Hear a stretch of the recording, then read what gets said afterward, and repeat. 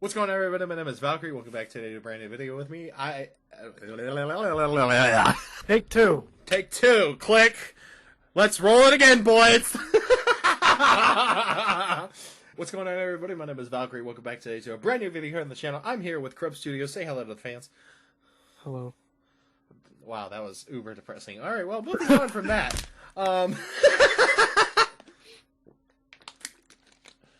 I have for you today one of the most interesting chess games I have played. You know, as a 500 ELO, that is. I know they get more interesting as you go up in the ranks. This is the most interesting checkmate. This is the most interesting game. And I think it's going to be a lot of fun to watch. I'm not going to tell you who wins, who gets the interesting checkmate, but I want you to guess in the comments.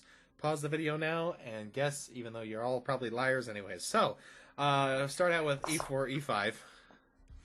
You know, the classic King's Pawn opening. Yeah, it's very. It's my favorite opening. You know, from here, what I would do is after that I would go knight to knight to C3. Knight to f6. Oh well, you mean on my side, yeah. Which is what I do. So, which is what for his side. For his side, yeah, he would play knight to c3. So he'd play like knight c3, f6. This way he's protected from you attacking. And then after that, he'd probably pull out his other knight. You pull out your other knight. I think that's actually what happened in this game. Yeah, it actually comes out to four knights, which is what we end up having. Yeah. Which is up on the screen. You did it a little backwards. You put the right knight out first to defend. Yeah, well, of course I have to. You still got there in the end of it. You still got there in the end. What do you mean? What are you talking about? And then, what are these fallacies you speak of? No, well, see, me personally, right? When I see that he's playing the defense to defend his pawn, I would still play the G knight first to attack, because 90% of the time he's still going to pull out the other knight, or he's going to probably bring the bishop down, which doesn't really help him. No, he actually doesn't bring the bishop up until this move here. Until after the knights. He brings the bishop all the way down to B5, and I actually bring my bishop to B4. Mirroring him, however, I refuse to mirror this next move because this is just absurd. I did mirror this. Yeah, well, I he pushes that pawn. You push the pawn. I jump the gun. I don't mirror this move. Okay, yes, I do. No, yes, you do. I'm jumping the gun too much. You don't mirror the next move where he takes. Just for those watching, it's a complete blunder. You lose a bishop. You lose a bishop for a knight. The bishop is worth more than a knight. It's not worth it. I mean, they say it's equal. I don't think it's equal. I mean, no, it's definitely not. You can see it's still a plus 0.2 for white, so it's basically even. Yeah, I mean, like the 0.2, it doesn't really matter. No, we're still chilling. You do actually take the bishop, which is intelligent. Then your next move is that his next move is that bishop comes out. Yeah, bishop to d2, and then so he's double defending the knight for whatever reason. I think he wasn't. I don't think he wanted to commit to g5. That's very possible because if he went, I don't think he wanted to commit yet. Yeah, because then I could have put that piece in lock, and if he took, I take, and then it's just another trade of pieces. Exactly. If he comes here, if he would have come here, Valkyrie could have done that. He can't come here because that would have been takes. He can't come here. Well, he can come here, and that would be the only save move. But then Valkyrie would just play this, and the bishop has to come here. The only thing I ended up doing is I then moved my bishop down to c5, pinning an already pinned pawn, but having a direct line to the king, or having a skewer on the king, if nothing else. What he does is very interesting, and this is kind of why I think he's a little sussy, is because, I'm sorry, but who moves their A2, who plays A3 A3? Pawn? Like, that is such a computer move. It's not even... Especially for 500 ELOs, playing A3 isn't really a common thing. No, if this was like 2000s and above, or even 1500s, I'd be like, okay, I could see that. But like 500s, like I like, even I'm not like, oh yeah, A pawn, let's go. Like, no, I'm up in like the mid to high 1700s, and this move is it's just not played. Yeah, and then it doesn't happen. So I do nothing because he's thinking for B4. to attack the bishop, but then you just drop the bishop back, which it's not a bad idea. Because it's just an awkward idea. It kicks the bishop, but I don't know. It's just weird. I think he actually does that anyway, doesn't he? Yeah, you move your rook. But I play the rook, and then he moves up the pawn all the way to b4 to attack the bishop. I push back. He pushes you push in back, with so you're still pinning. Yeah, he pushes in with the bishop, and then, pinning his knight bishop to my comes queen. So I think this bishop kind of just sits there in the for hopes like of the a longest trade. time. Yeah, he just chills there. Yeah, Valkyrie was thinking something like this, something like that. This, that, the other. It's takes. Oh wait, no. This one. Pawn takes, knight takes, and then it's takes. Like this is kind of what I was hoping for. Was takes. It was just a nice trade where in the end I would have been up material anyways. Exactly. That Valkyrie would still have queen forward with nothing to attack it. Since he took with pawn, he actually kind of threw a little bit of a wrench, because if I now took with knight, then it wasn't really... Yeah, so I take back with pawn, he takes, I'm unable to take, so I actually blunder here, and actually it's showing you what I should have done now. Exactly. He's got the blunder here, because the queen is in direct eyesight with... Yes, his knight defends it, but that just comes down to trading queens. Well, it's the knight has the vision on my bishop. Oh yeah, that's right. The knight does too. So the knight is here, because what I was hoping for was this comes and takes, and then I was going to trade with him, or I was just going to trade queens. Basically, is what was going to happen. But that's not what happened. What ends up happening is he does this, which is a completely bad move. Yeah, he missed. Horrible move. He missed the bishop entirely. So I obviously save it. We're not gonna just do that again. We're not blundering a bishop the second time, because he'll get it the second time. Now he forks my queen and rook, which I don't hate this move. It's not a bad move. It's a smart move. He either gets a rook or a queen. I'm not gonna lie, this was Andrew's idea, and I kind of hate that he did this to me. He does this. Because what this does is it allows him to fork my king, my queen, my bishop, and a pawn. And it's checked, so I have to move my king. Now, this doesn't happen because he wins material. He wins material here no matter what. But this could have been catastrophic for me. But he ended up taking the rook instead, so I naturally take back. It's fine. It's not a big deal. I mean, I'm down on material a little bit. This is not the He's down by 3 pawns. It's not. Yeah, it's not a big deal yet. We're not hurting yet. No, I mean you're hurting because it is a plus 5.7 for him. Yeah, and I'm down a rook, so that's not good. Stockfish doesn't like the way I'm playing. He does this, makes no sense. Don't know why he did that. That is just stupid. Yeah. What he should have done at that point was probably he could have taken your knight, but then you would take back. But that opens your that would queen there too would have been a good idea. Because what I personally would have done. What I personally would have done is probably queen above your bishop, and then you. I don't know what you would have done. It here. Yeah. I don't know what you would have done. Honestly, I have no idea. But anyways, that's not what happened. I mean, you could have used bishop to take the pawn, threatening the rook, and then queen could have taken the knight, bishop could have taken the knight. He probably would have done bishop takes knight, pawn takes bishop, queen takes, and he still would have been in a great position here. It's still +5 for him. No. But anyways, I moved pawn to c6 to boot the knight. Yeah. That's the most logical, reasonable thing I could have done at that time. Which ends up not being a thing, because then he moves his bishop to directly attack my queen. And I don't like this, because it's just a loss of a queen if I take that, and that's just game over. That's all that is, because that's all I have. Now, I moved my knight to e4, blundering my queen, not realizing it. But what the hope was... Actually, no, I did know. I'm sorry. The hope was he takes, and then I take. Yes, forking this. I don't know why they call this a mistake. It wasn't an inaccuracy. This is exactly what I wanted to have happen. But Yeah, because then if he would have taken, you would have taken the queen. Yeah, and then you would have thought I about would've- that rook. Then you could have come here and threatened this rook. Yeah, I mean, it could have been a whole lot of things that happened. Now, And even if he did take your queen, if you didn't want to recapture right away, say he moved his queen, yeah, or say he moved a rook instead of moving his Yeah, bishop even- back out, your rook could have came and taken his bishop. That took your queen. yeah, it could have been a whole mess of things that happened, or I could have even possibly even put him in check once or twice. There could have been a couple of things that would have been different had it not played out. Either way, it doesn't play out that way. He takes pawn to e4 and takes my knight, which is actually not a horrible move. Because at this moment, it is a solid move. I lose now a bishop or I lose my queen.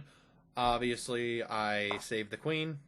They don't like where I put it for whatever reason. I moved it to e8, and okay, whatever. Knight to attack and defend the pawn. I attack the knight directly. He takes bishop. Yeah, he takes bishop with pawn. Pawn moves up because honestly, at that point, I had no idea what to do because the bishop just keeps pinning my queen in that corner with other pieces.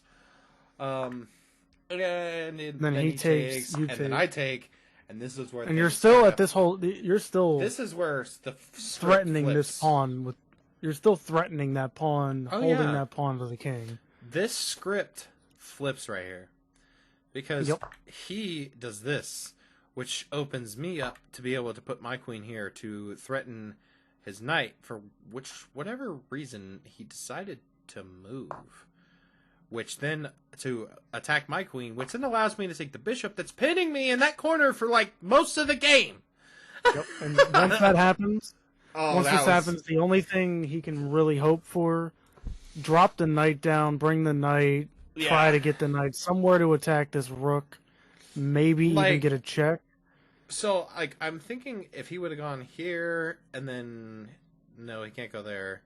No, he would have had to have taken the pawn and then bounced around for here, an eternity.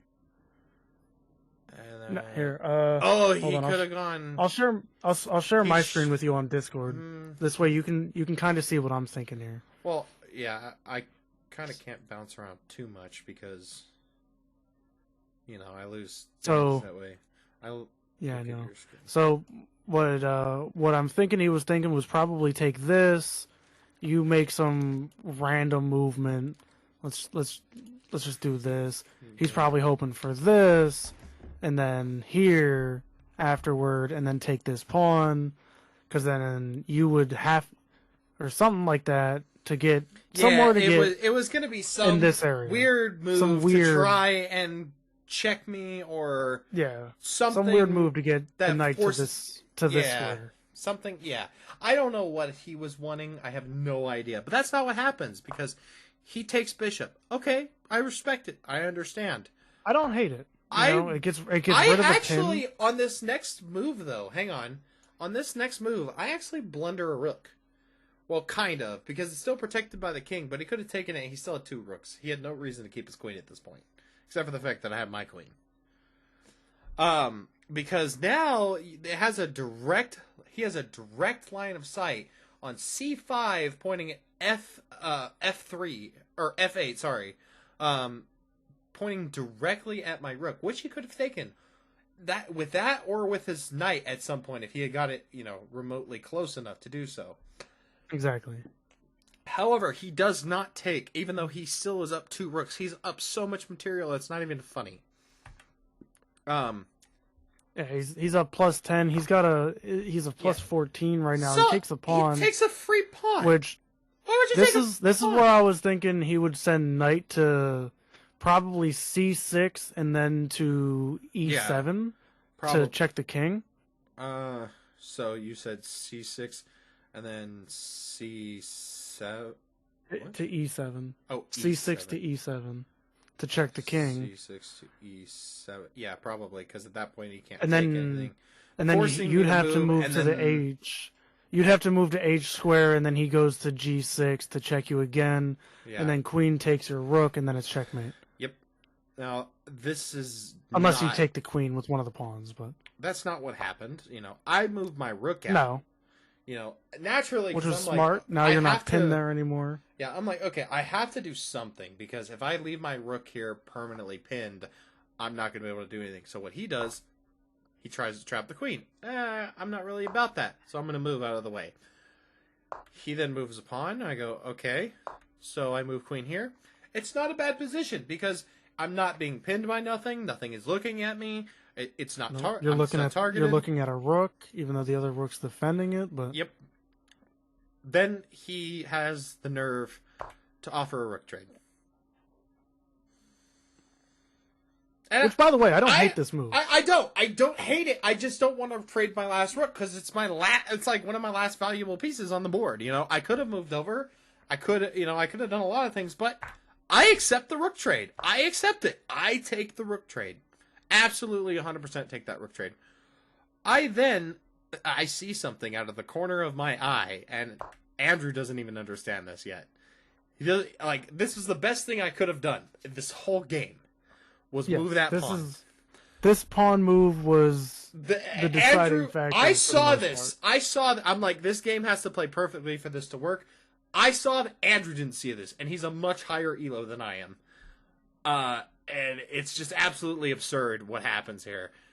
He does this, checks me, respectable, whatever, no big deal. I move out of the way. It's the only thing I can do. There's nowhere else to go. He plays here to threaten the queen, so I move out of the way. Because he doesn't like where I am, He's like, I don't really like that. Now, and it's not like you can take, because if you take, queen takes queen, and that's his game. Now, he's pushing a pass pawn. He's trying to push this pawn past so he can promote and put me in checkmate at some point with another queen, right? But I do this pawn to h4. What he should have done here. Because that would discover check. Exactly. He cannot take because discovers check. What he could have done. What he should have play done, f3. Exactly, was played f2 to f3 to either force me to take or essentially basically you lose your queen in that position for the most part. Like, there's not many things you can do. You've got to drop back and you got to run. Yeah, it's basically that. Either you lose your queen, you drop back, you run, whatnot. But instead, he keeps pushing the pass pawn. And I'm like, buddy. So I lock my pawn into position on h3. And most of you probably see this now that this pawn is in position. He can no longer the thing run. is, even the stockfish bar on the left side still doesn't show mate in 1 here. Until he does this. And now it's mate in 2. Until he does that. As soon as he pushed that pass pawn again, it's mate in 2. I saw it. Stockfish saw it. And here it is. It's check, block, checkmate. That has to be my most beautiful checkmate ever. Like, the fact that I'm down so much material. I'm down at the end. And I still find a way. Granted, he just didn't see it. I think that's a big part of it. But I think a lot of this game, he was using a computer. Especially, with the way things went, it just was weird. He made weird moves, this, whatnot, the other. I don't know. I kind of feel that way. Maybe I'm wrong. I could be wrong. He could just be a halfway decent player. I don't know. But the fact that I found this mate in 2 and he didn't see it kind of blew my mind, actually. With how smart he was playing, and then he just didn't see a mate in 2. He went from playing smart, and then the moment he lost the bishop, his brain melted. Yeah, his brain just decided to check out of the hotel room. Couldn't pay rent. His brain got evicted. Yeah, and it ended up with a checkmate due to a pawn. Yeah, and you know what? I accept this victory. I take this so hard. This was this has to be my absolute greatest checkmate on chess.com, period. Like, this is a great game. Forget any of the what are those called? The TikTok one. What is it called? What is that checkmate called? Scholars Mate? Scholars Mate, yeah. Forget the Scholars Mate. Forget the fried liver. Forget all that. This has to be my favorite checkmate that I have ever gotten on anybody. Yes, I finally got white. Okay, here. He answers. Okay, perfect. That's exactly what I wanted you to do. So I'm going to go here.